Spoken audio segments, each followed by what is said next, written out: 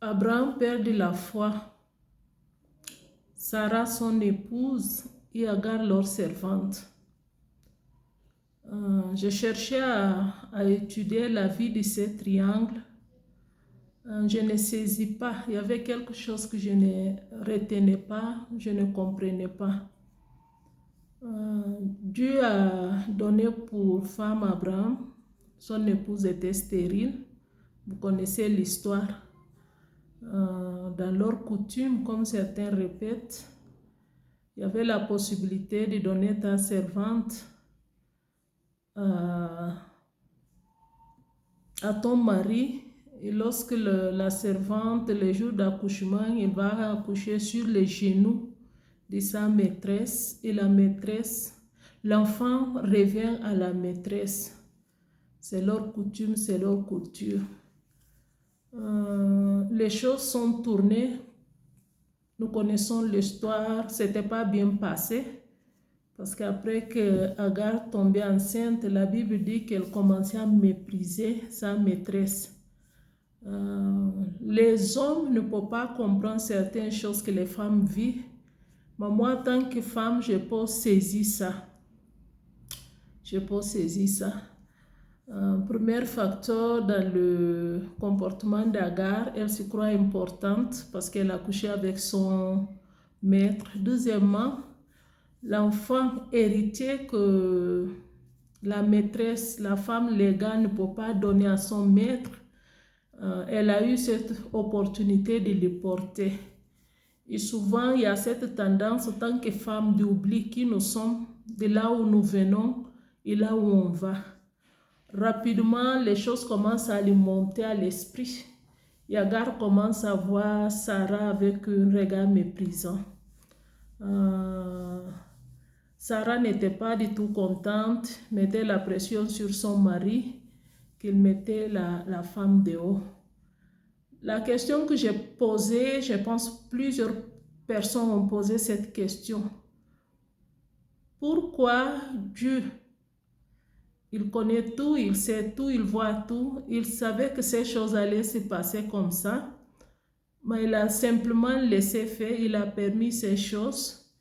Et les résultats qu'on est en train de voir depuis le temps jusqu'à présent, c'est catastrophique. De cette liaison, de tout ce qui s'est passé entre ces trois personnes. Souvent, nous les humains, on a cette tendance, lorsque les choses ne roulent pas comme nous voulons, nous avons cette tendance de culpabiliser Dieu. Si Dieu est Dieu, comme vous dites, pourquoi ces choses arrivent? Ça passait dans nos esprits, souvent on les exprime. C'est comme une forme de mécontentement. Et certains vont juste décider de ne pas reconnaître Dieu, de ne pas accepter son existence. De ne pas accepter son existence. Parce que si Dieu est bon, pourquoi il permet certaines choses qu'il ne sait pas? Non, il y a la loi dans la création, c'est une loi naturelle. Dieu n'avait pas fait les hommes pour prendre les mauvaises décisions. Dieu nous a créés à son image et à sa ressemblance. Souvent, nous prenons les décisions, personne ne nous forçait à les faire, comme dans le cas de Sarah, personne, je vais revenir sur ça, ne lui forçait à les faire. Maintenant que les choses sont tournées, commencent à tourner et on cherche à culpabiliser Dieu.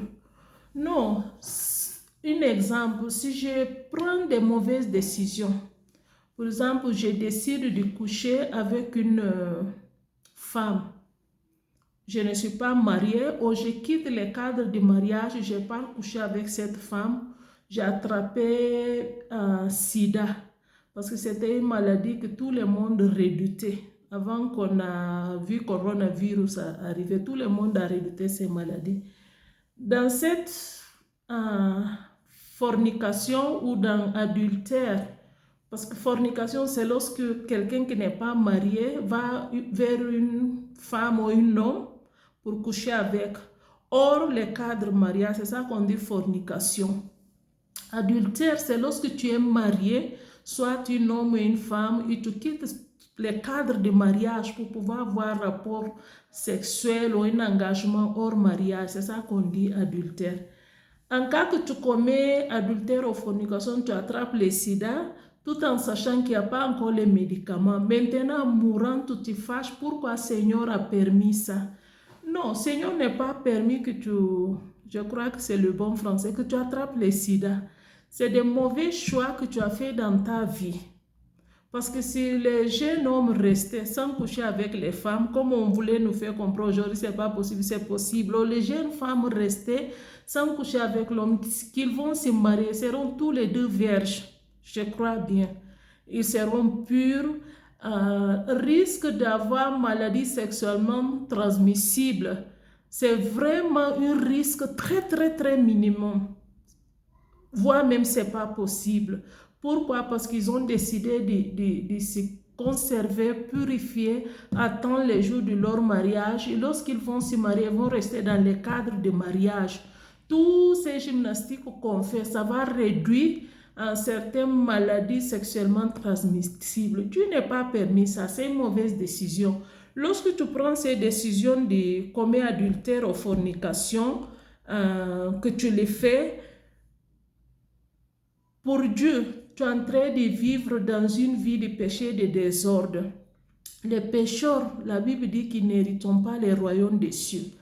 Entre-temps, Seigneur, dans sa grandeur, en train de voir comment te sauver de cette voie pernicieuse qui va te conduire vers la perdition. C'est là-bas que la miséricorde de Dieu rentre en ordre. La miséricorde, c'est quoi? C'est une faveur imméritée que quelqu'un manifeste à notre faveur, à notre égard, on ne mérite pas, mais il a choisi de le faire. C'est là-bas que le Seigneur va travailler pour pouvoir te délivrer de ces mauvais choix, mauvais chemins que tu as empruntés, qui te conduisent tout droit à l'enfer. Mais toi, tu ne comprends pas. Non seulement c'est toi qui as décidé de pécher, de prendre des mauvaises décisions, mais c'est toi qui te sens encore victime en train de culpabiliser Dieu. En train de culpabiliser Dieu. Lorsque les choses sont passées, les jours que Sarah donnait à Abraham, sa servante, depuis ces jours, il y a un cycle de vie qui est ouvert. Il ne peut pas éviter certaines choses. Maintenant, à partir de ces jours, jusqu'à là où on est, Dieu dans sa miséricorde en train d'aider l'humanité. Il a pourvu le salut, la miséricorde, tout ce qui va avec. On ne peut pas faire les mauvais choix. Nous voulons associer Dieu dedans. Qu'est-ce qui a conduit Sarah à prendre cette décision? Parce que c'est une maman qui était désespérée. Elle n'avait pas d'enfant. C'est le désir de toutes les femmes. Je suis une femme. Je me souviens, j'étais jeune fille. J'étais dans un pays avec une de mes collègues. Là, on m'a posté, après mon école biblique, on m'a posté là-bas pour mon stage. Ça, c'est en 1997. Cette sœur était bien plus âgée que moi. Elle jouait avec moi un jour et dit, tu aimes beaucoup les enfants. Lorsque tu vas te marier, tu ne vas pas avoir des enfants. C'est juste une petite parole. Pour elle, elle jouait, mais elle ne s'est pas fait que cette parole, l'impact que cette parole a dans ma vie. Effectivement, toute ma vie, je travaille avec les enfants. J'aime travailler avec les enfants. Je m'implique dans tout ce qui est ministère des enfants. Pour une femme, tu vas te marier, tu ne peux pas avoir enfant, c'est compliqué. Le diable a pris cette parole, ça m'a tourmentée. Dieu, dans sa miséricorde, je suis mariée, je pense, même moi, j'ai tombé enceinte parce que 9 mois après, j'ai accouché. Dieu m'a gratifié avec 3 jolis enfants. Moment que je n'attendais pas, Seigneur a ajouté le 3e. J'ai béni Dieu. Et la sœur en question, elle est mariée, elle n'a pas pu avoir des enfants. Une femme qui n'a pas d'enfants, c'est compliqué. Psychologiquement, physiquement, dans nos sociétés et partout, c'est compliqué. Une femme normale, ce n'est pas du tout facile, surtout lorsque tu as ce désir. Et c'est ça qui a conduit Sarah dans cette forme d'obsession. coûte que coûte. Nous le voyons aujourd'hui. Il y a beaucoup de sœurs qui sont mariées. Ils sont à l'église, ils servent Dieu. Ils ne peuvent pas avoir d'enfants. Elles préfèrent choisir une solution alternative. Certains vont voir charlatans, certains vont voir les marabouts. Pourtant, ils sont à l'église. Certains travaillent fort à l'église. Beaucoup de témoignages, on a entendu les mamans qui sont parties chercher des enfants chez ces gens, tout en sachant que c'est Dieu qui donne l'enfant. Et ces mamans simplement sont habitées par des démons, les enfants sont nés, ça devient compliqué. Pourquoi? Les païens polyphètes, ça reçu. Mais toi, en tant qu'enfant de Dieu, tu ne peux pas venir prendre l'interdit, venir dans la maison de Dieu, ça va passer inaperçu. On a entendu les témoignages, jour de dédicace, des bébés qui se sont transformés en chats parce que le pasteur a pris le bébé, prié, un jour de dédicace de l'enfant s'est transformé en chat. Devant tout le monde, sauter des mains du pasteur en train de marcher pour sortir. C'est là-bas que la maman va confesser. Donc, l'enfant là, elle ne pouvait pas voir l'enfant, il y a la pression sociale, de belles familles. Elle préfère partir consulter et prendre l'interdit venu avec, on a entendu ça. Non, lorsque cette situation nous arrive, qu'on ne peut pas avoir enfant, c'est comme une obsession. Une obsession, lorsqu'elle est bien mûrie, ça devient une perversion. Et souvent, on n'a pas la lucidité d'arrêter de réfléchir de manière lucide. Parce qu'il y a tellement de pression dans nos sociétés et nous voulons plaire tout le monde. Nous voulons plaire. Sarah avait fait ce choix. Une fois que le choix a été fait, je crois que c'est correct. Agar se sentait important, commence à mépriser sa maîtresse. Voilà les conflits qui est rentré. Et quelque temps après, parce qu'il n'y avait pas la patience de son côté, Sarah est tombée enceinte. Maintenant qu'elle obtient, qu'est-ce qu'elle veut? Le choix qu'elle avait fait, elle veut juste se débarrasser. Elle voulait juste se débarrasser. Non, c'est là-bas que nous allons voir un autre caractère de Dieu. Premier caractère de Dieu, lorsque on a commis les mal, entre le temps que nous commettons les mal et notre cheminement vers l'enfer, parce que c'est ça la destination pour les mal. Dieu lutte pour pouvoir nous épargner de ça. Mais nous, tant qu'humains, on ne comprend pas, on croit que c'est de sa faute. Ça c'est la miséricorde de Dieu. Un autre caractère de Dieu dans cette situation, c'est la justice. Pas parce que je pratique les choses que je ne sens pas pratiquer, je prends les mauvaises décisions, il y a le mal qui est fait, Dieu va changer sa nature à cause de moi. Non, Dieu ne change pas.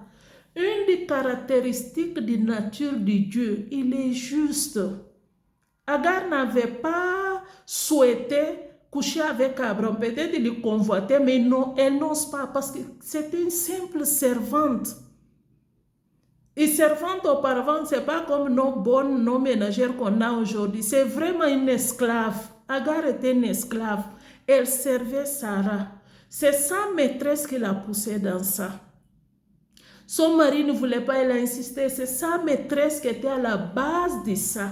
Maintenant que les choses sont arrivées là où ça arrivait, elle commence, parce qu'elle a obtenu maintenant, qu'est-ce qu'elle veut? Elle veut se débarrasser de Agar. Dieu, dans sa justice, il y a des choses qui ne permettent pas. Il y a des choses qui ne permettent pas parce qu'il est juste. C'est là-bas qu'on va voir lorsqu'Agar est parti, l'ange de Dieu va apparaître. Le nom d'Ismaël, ce n'est pas un nom que Satan a donné, c'est l'ange de l'Éternel qui a donné le nom d'Ismaël. Je ne veux pas dire que ça signifie quoi, il faut chercher si tu es un lecteur de la Bible. Peut-être commenter ça en bas, Ismaël signifie quoi. C'est un très bel prénom. Aujourd'hui, on croit que c'est juste les Arabes qui ont dit non, non, non, non, non. C'est l'ange de l'Éternel qui a apparu à Agar. C'est l'ange de l'Éternel qui a donné le nom à l'enfant. C'est l'ange de l'Éternel qui a parlé sur la vie de cet enfant. Est-ce que vous voyez? Dieu ne peut pas changer les cours des choses. Non, il pouvait les changer. Il ne va pas les changer parce qu'il y a des choses qui sont déclenchées. Il faut que les processus continuent. Que les processus continuent. Dieu n'agit pas comme nous. C'est pour cela, avant de prendre de mauvaises décisions, Avant de t'engager dans n'importe quoi, avant de courir dans n'importe quoi, il faut réfléchir, demander Dieu de t'aider. Aujourd'hui, on le voit, les gens se sont engagés dans des mariages qui ne sont pas rentrés dedans. Tout le monde en parlait. Tu crois que les gens sont jalouses de toi? Et tu as fait quoi? Il y a même les gens que tu as classés à cause de ça. Il y a un proverbe africain qui dit les choses qu'un adulte voit lorsqu'il est assis. Un enfant, même qu'il est sur l'arbre, il ne le voit pas. On t'a parlé de c'est des mauvais choix. Beaucoup de décisions que tu as prises, que tu ne sens pas prendre, je crois que c'est correct. C'est de juste mauvais choix. C'est à cause de cette impulsion humaine, nos manières de réfléchir. On voulait coûte que coûte, rapidement, même temps, on prend des décisions que ça va devenir une conséquence qu'on ne peut pas effacer. Et lorsque ça tourne, comme ça tourne, on va chercher un bouc émissaire. Oh, une boucle expiatoire, oui, pour pouvoir rejeter nos manques de constance, nos manques de stabilité, nos impulsions démoniaques parfois sur ces personnes. Malheureusement, pour voir la perversion humaine, on va attaquer Dieu, attaquer ses principes, attaquer la fondation des foi, attaquer tout parce que les choses ne tournent pas comme nous. Pourtant, c'est toi. Dieu t'a donné, qu'est-ce qu'on dit, conscience, libre arbitre de s'asseoir, réfléchir avant de prendre la décision. Et tu le fais toute seule, souvent dans la rébellion. Dans la rébellion. Lorsque ça tourne, ça donne, qu'est-ce que ça donne? Dieu est devenu coupable. C'est là-bas que tu vas entendre les humains, Dieu n'existe pas. C'est vraiment de la folie, de la folie. Toi, on t'a créé, tu ne sais pas faire toute seule. Autour de c'est comme un robot qu'ingénieur a créé. Maintenant, un robot commence à parler, dit au ingénieur, qui es-tu, je ne te connais pas. Mais il faut juste déviser le bouton qui te fait bavarder. Ton histoire de robot est finie. C'est pareil pour humain. Il suffit que Dieu enlève le souffle de vie. C'est là-bas que tu vas voir la miséricorde de Dieu. Malgré ça, Seigneur lutte. Il y a des gens qui te disent carrément Dieu n'existe pas. J'avais un professeur d'histoire, ces jeunes gens remplis d'hommes, même à l'époque, c'est maintenant que j'ai saisi, qui est parti étudier dans un pays communiste, il est revenu au pays quoi là? Il est revenu au pays, il enseignait l'histoire. Voulait nous faire croire que Dieu n'existe pas pour une Africaine. J'ai rié. Nous, on venait juste de convertir. Vous voyez les premières ailes, l'amour, est-ce que tu vois, adolescent, avec notre tête fraîche, poser la question, ça devient des débats au lycée, tout le monde, vous savez, avec un groupe de chrétiens qui ne se laissent pas faire.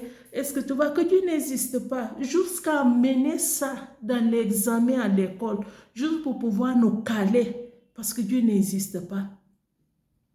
Effectivement, je sortais avec une très gros zéro, je ne regrette pas. Je ne vende pas mon héritage. Je ne vende pas Dieu. Je ne vende pas qu'est-ce qu'il a fait pour moi. Je préfère rester pauvre, illettré, qui n'a rien sur cette planète Terre. Je ne veux pas vendre mon héritage. Tout le monde a répondu. Il y a même certains qui étaient faibles ont répondu oui. Après, ils m'ont dit non, c'est juste pour examiner. De toutes les façons, non, c'est un choix. Pourtant, on était tous enfants adolescents. Avant nos 18 ans, on était au lycée. Moi, j'ai refusé catégoriquement. Je sortais avec une grosse erreur et ça n'a rien changé. Je suis jusqu'à là. Dans ce débat, Seigneur m'a poussé vraiment parce que je ne crois pas que je pouvais lui poser cette question. J'ai dit, si Dieu n'existe pas, est-ce que tu crois que Satan existe? Il m'a dit, oui, Satan existe. Je connais son peuple. C'est un peuple très animiste qui adore les bois, des choses. Et tu ne crois pas que Dieu existe, mais tu crois que Satan existe. Je lui ai dit, professeur, tu as mis les doigts dans l'œil. Je ne sais même pas là où il est actuellement. Beaucoup de gens arrivent à cette conclusion juste parce que leur conscience est morte. Est-ce que vous voyez, on fait de mauvais choix, on prend de mauvaises décisions lorsque ça ne tourne pas selon notre propre volonté. On aperçoit blâmer ni ton père ni ta mère, mais c'est Dieu. Et tu t'attaques à Dieu, tu te prends à Dieu. Et sa miséricorde continue à clamer, continue à clamer. Il t'aime. il continue à t'aimer. Et c'est pour une période aussi. Comme je te dis, lorsque tu fais du mal, dans le temps que tu es en train de parcourir pour partir vers ta destination, tant qu'humain, c'est à l'enfer, parce que Dieu ne va pas associer avec moi. Seigneur, lutte pendant ces périodes pour pouvoir te ramener à lui. Et c'est valable pour aujourd'hui. Tout ce qu'on est en train de faire, les décisions, Seigneur est en train de lutter. Mais lorsque le temps va accomplir, il n'y aura plus de miséricorde. Il sera un juge qui va juger sévèrement. C'est pour cela, tant que tu es vivant, tu as l'opportunité de tourner vers lui. Pas parce que tu as peur, pas parce que non, parce que dans sa miséricorde, dans son amour, il est en train de t'appeler. C'est à toi de donner une pause. Ne tue pas ta conscience pour dire Dieu n'existe pas. Mais tu crois au Satan, aux religions de nos ancêtres, mais en Dieu tu ne crois pas. Et tout ce qu'il a fait, tu ne crois pas. Et c'est vraiment misérable. Pourquoi j'ai pris l'histoire de Sarah, Abraham, Isaac, elle s'appelle comment encore, leur servante Agar. C'est pour voir souvent des choix que nous faisons, des décisions que nous prenons, la conséquence que ça va amener. La conséquence que ça va amener. Et c'est valable pour nous aujourd'hui. Peut-être on n'est pas Sarah, Abraham, on ne va pas prendre les mêmes décisions que eux. Mais on peut prendre certaines décisions qui vont nous conduire dans une situation. Parfois, même la prière ne peut pas les réparer parce qu'il faut que ce cycle va jusqu'au bout. Il n'y a que la miséricorde de Dieu pour nous faire sortir de certains pétrins de là où nous rentrons. Que Dieu ait pitié, qu'il a la miséricorde. C'est pareil pour David dans la Bible qui a choisi la voie de facilité, coucher avec Bathsheba. La conséquence qu'elle a subi, pas mal d'autres histoires que nous lisons dans la parole de Dieu. Que l'Éternel Dieu nous fait la grâce, qu'il nous donne à concentrer, pas à cause de nos impulsions, à cause de nos manques de maturité, à cause de notre empressement, manque de patience. Nous allons prendre les décisions qu'on ne sait pas prendre, que le temps ne peut pas réparer ou corriger parce qu'elle est typiquement spirituelle. Elle est typiquement spirituelle. Que l'Éternel Dieu te bénisse, qu'il te garde. À bientôt.